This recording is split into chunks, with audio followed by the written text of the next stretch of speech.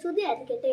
വിത്തൊട്ടിൽ പിറന്ന ഉണ്ണിയെ കണ്ട ശിശു പൗരസ്ത്യ ദേശത്തു നിന്ന് വന്ന ജ്ഞാനികൾ മറ്റൊരു വഴിയെ ദേശത്തേക്ക് മടങ്ങി. ആരാണ് യഥാർത്ഥ ജ്ഞാനി?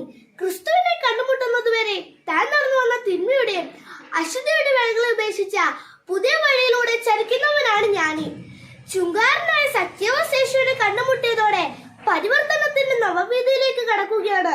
വിശുദ്ധ സ്റ്റെഫാനോസിനെ വിധിക്കാൻ മുൻപതിൽ നിന്ന തീവ്രവാദിയായ സൗൾ യേശുവിനെ കണ്ടുമുട്ടിയതോടെ പൗലോസായി മാറുന്നു. യേശുവിനെ കണ്ടുമുട്ടുന്ന വ്യക്തിക്ക് പഴയ അവസ്ഥയിലോ പാപത്തിലോ തുടർന്ന് ജീവിക്കാനാവില്ല എന്നതാണ് സത്യം. ക്രിസ്തുവിലായിരിക്കുന്നവൻ പുതിയ സൃഷ്ടിയാണ്. പഴയതെല്ലാം കടന്നുപോയി, പുതിയ യേശു വന്നു കഴിഞ്ഞു എന്ന് പൗലോസിലേക്ക് തന്നെ നമ്മെ ഓർമ്മപ്പെടുത്തുന്നു. ക്രിസ്തുമസ് ആഘോഷങ്ങൾ പൊടിപൊടിക്കുമ്പോഴും നക്ഷത്രങ്ങൾ പ്രഭാവർണ്ണങ്ങൾ ആക്കുമ്പോഴും പുൽക്കൂടുകൾ തയ്യാറാക്കുമ്പോഴും പുതിയൊരു ജീവിതത്തിലേക്ക് നമ്മെ ക്ഷണിക്കുന്ന ഉണ്ണീശോയെ കാണാനും പുതുവഴികളിലൂടെ നടക്കാനും നമുക്കിടയാവട്ടെ.